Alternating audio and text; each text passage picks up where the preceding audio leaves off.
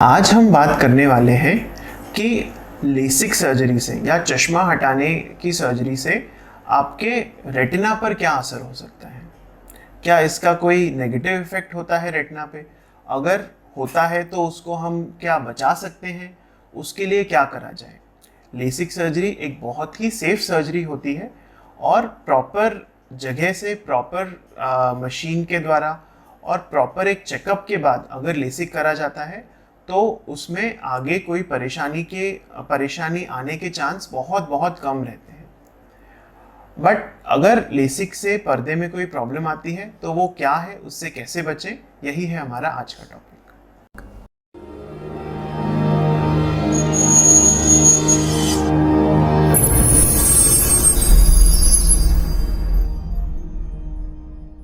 नमस्ते, मैं हूं डॉक्टर सुमित अग्रवाल और आप देख रहे हैं आई हेल्थ फॉर यू, जहां आपको मिलती है एकदम सिंपल लैंग्वेज में आंखों से रिलेटेड सारी जानकारी। लेसिक सर्जरी वैसे एक बहुत ही सेफ सर्जरी होती है। इसके बहुत ही कम साइड इफ़ेक्ट्स होते हैं और हम यदि प्रॉपर चेकअप कराने की बात करें तो इसमें कोई भी कॉम्प्लिकेशन वगैरह होने का चांस बहुत ही कम होता है। रेटिना का लेसिक से क्या रिलेशनशिप होता है? इसमें काफ़ी सारी चीज़ें इंक्लूडेड होती हैं। तो रेटिना का जो लेसिक के पेशेंट्स रहते हैं जनरली उन्हें माइनस पावर ज़्यादा रहता है या वो मायोपिक होते हैं, तो उनका रेटिना पहले से थोड़ा वीक होता है क्योंकि जो मायोपिक पेशेंट्स होते हैं उनकी आंखों की लेंथ थोड़ी सी नॉर्मल से लंबी होती है। ये लंबी होने की वजह से रेटिना पे एक स्ट्रेचिंग फोर्स लगता है जिसकी वजह से रेटिना थोड़ा पतला हो जाता है और कभी कभी पर्दे में वीकनेस भी आ जाती है। इसको हम लैटिस डीजनरेशन कहते हैं या फिर रेटिनल होल्स या रेटिनल टेयर्स। ये चीज़ें मायोपिक पेशेंट्स में नॉर्मल लोगों से ज़्यादा होती हैं। तो लेसिक जो लोग करा रहे हैं पहले से ही चांस रहता है कि उनका रेटिना पहले से थोड़ा वीक हो। सेकंड जो चीज़ आती है, लेसिक या कोई भी रिफ्रैक्टिव सर्जरी करते टाइम आँख के अंदर थोड़े से प्रेशर चेंजेस आते हैं।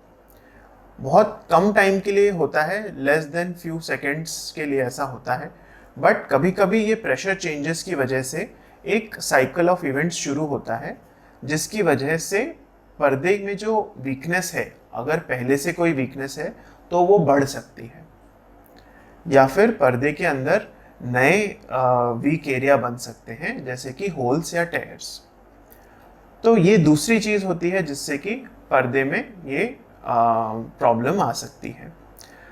थर्ड चीज़ होती है, अगर पर्दे में पहले से वीकनेस है और जो सेंट्रल पार्ट है पर्दे का वहाँ पे ये वीकनेस है तो ऐसे में आगे जाके पर्दे में कोरोइडल नियोवास्कुलर मेम्ब्रेन या खून की झिल्ली इस तरह से बन सकती है जो कि हमारे विजन को डैमेज कर सकती है।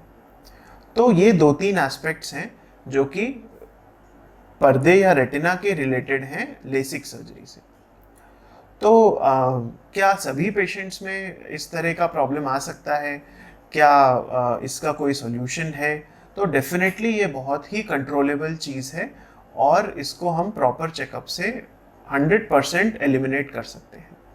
कोई भी लेसिक सर्जरी से पहले आपके पर्दे की एक डिटेल जांच होना बहुत ज़रूरी है।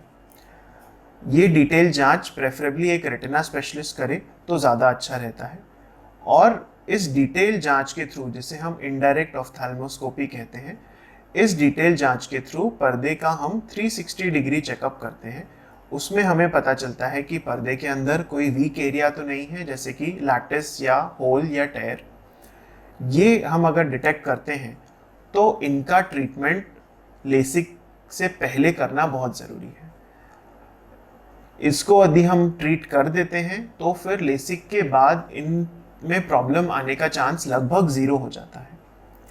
इसका ट्रीटमेंट कैसे करा जाता है? वो लेज़र द्वारा ही करा जाता है।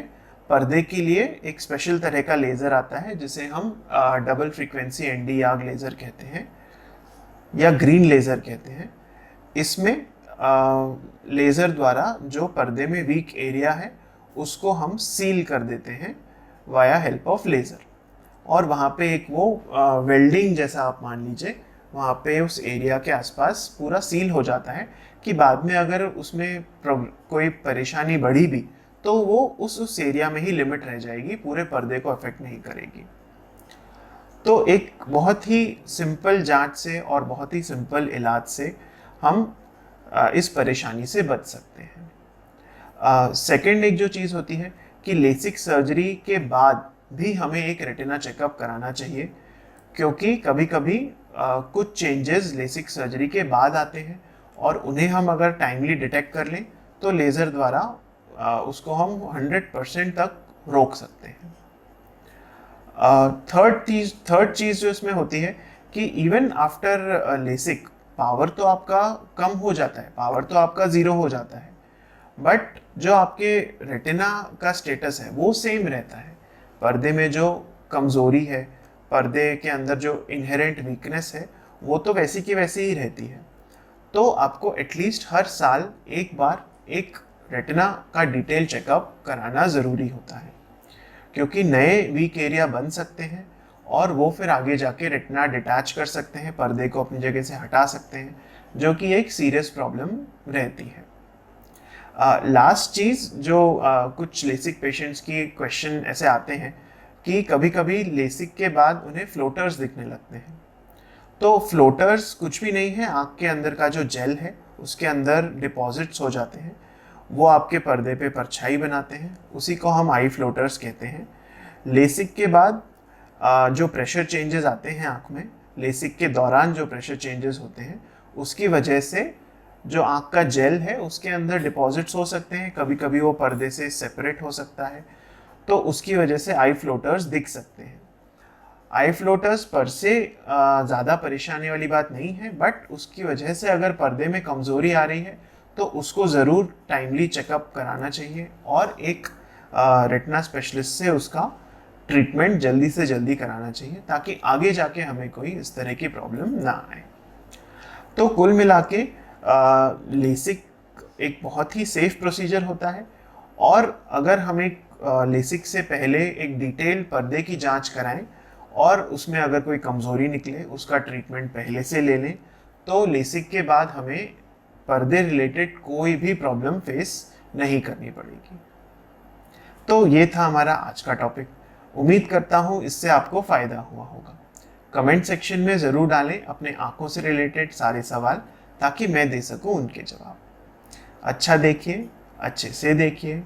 धन्यवाद और नमस्ते।